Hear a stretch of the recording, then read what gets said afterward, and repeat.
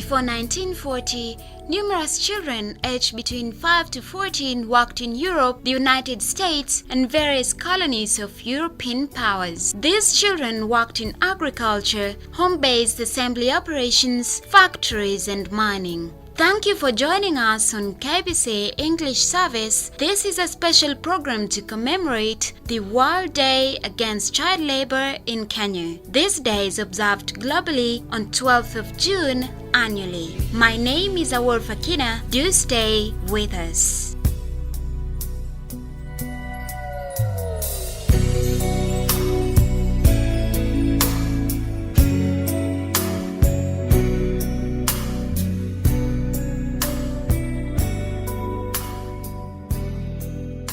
My name is Joseph Matheka. I work for an organization called Partners in Literacy Ministries, PALM in short. I am the project coordinator for an EU-sponsored child domestic workers project. We have also other partners like the Ministry of Education, the Ministry of Labor, and also other civil society organizations that we are working with. By commemorating the World Day Against Child Labor, we are creating awareness. Child labor is any kind of labor that would take a child, would deprive a child of their constitutional right.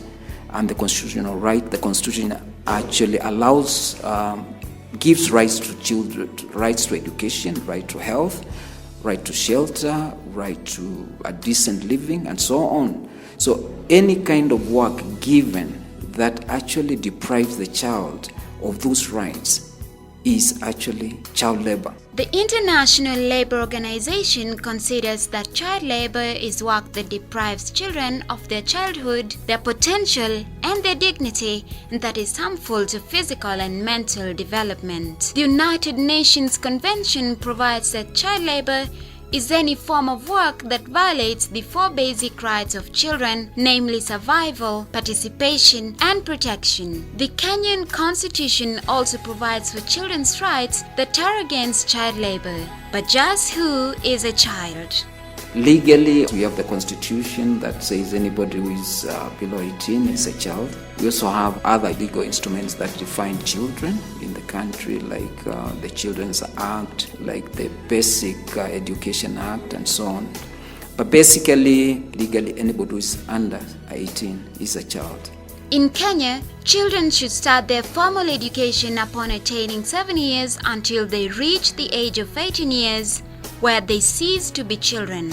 Child labor is still a major concern in the country in spite of increased investment in education, which has also been linked to poverty as one of the major causes. At the major streets of Nairobi city's CBD, many children would be seen either selling snacks like groundnuts or asking passers-by to give them money to buy mandazi, Kenyan donut. In residential areas like Lang'ata, Rongai, and many other areas in Nairobi, these children say they are sent by their parents.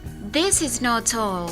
Many children are subject to even worse forms of dreadful child labor practices in the country. Some of the worst forms of child labor are like child trafficking, for example, where children as young as 10 or 11 or so are trafficked for sexual purposes, particularly in the coast. Children working in plantations who are deprived of education, who never go to school, and they are even exposed, like in tobacco farms, they're exposed to hazards of smoking. In miraa farms, for example, that's drug addiction and so on. Even in households where you have children performing actually work that should not actually be for children, should be for grown-ups, like taking care of other children when themselves actually are children.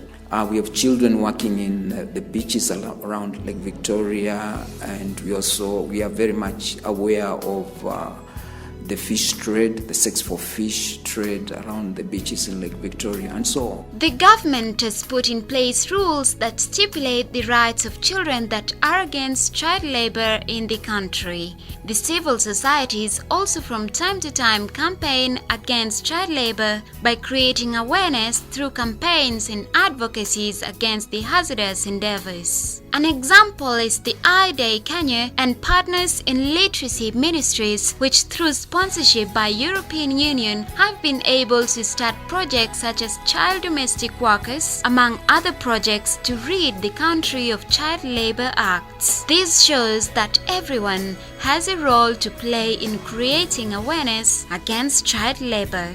We come in as partners to help the government carry out their obligations towards their children. In most cases, we are working with ILO.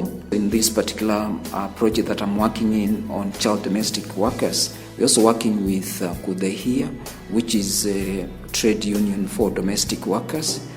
And you always work with the stakeholders because that gives synergy to what you're doing. Because no one civil society organization can be able to carry out a whole project without involving others, because there are certain aspects, for example, like withdrawing children from the street, from which you need to work with people who have children's homes. If you have withdrawn somebody from the street, you might want them to go through counselling, which means you want to get to partner with an organization that is doing counselling. You want to bring in the police, because you might be withdrawing a child from an abusive home where they have been subject to all kinds of child labor.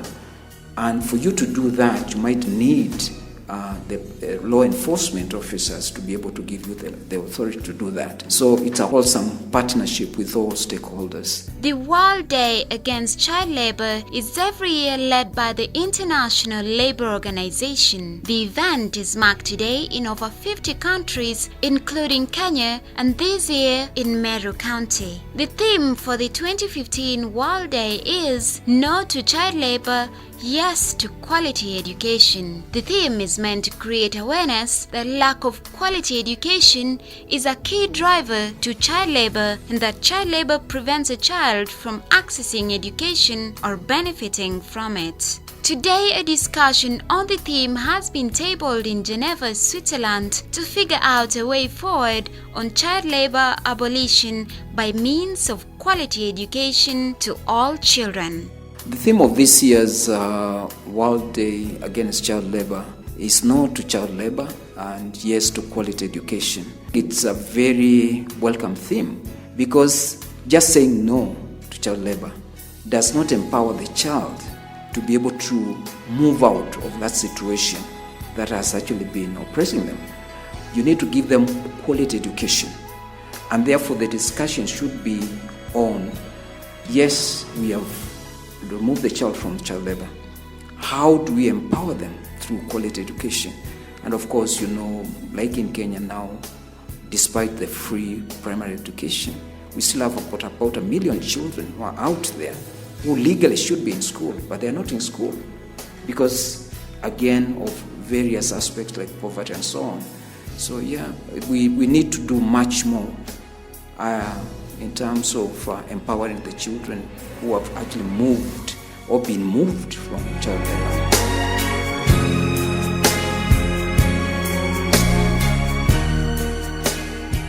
A child is a gift from God. A child should eat, study, play, and sleep.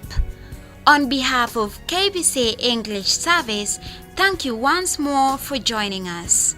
My name is Awol Fakina.